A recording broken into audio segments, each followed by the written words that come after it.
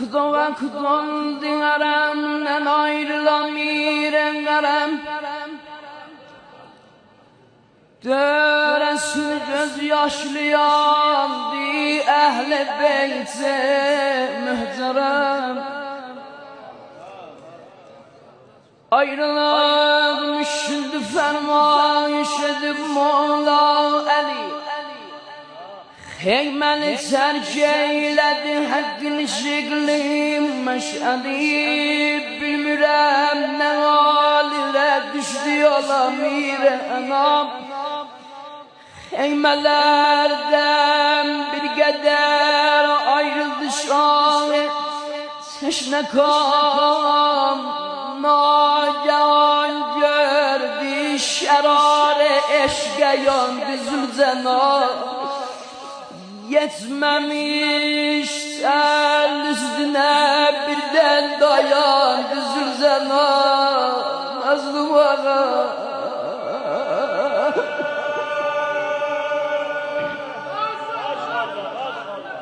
rakip o merkep muhabbet resmini terk etmedi. Seçti bir şey o heyvan bir kadem yol gitmedi. Nacan gördü Hüseyin vardır bir ayrı manzara. Eyleşip nazır geye toprağın üstü yere. Ay baba ay baba yandı ay baba.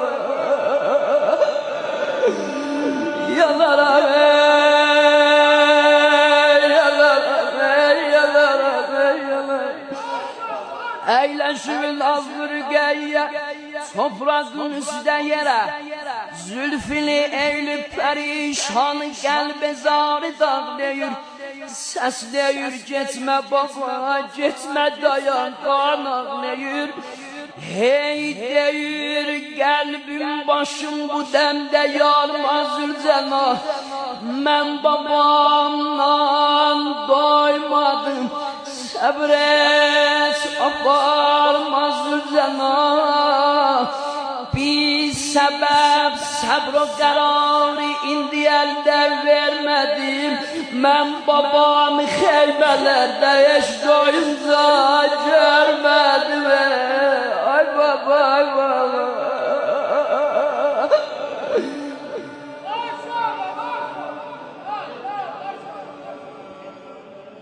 Sözden geçiyen vak yok.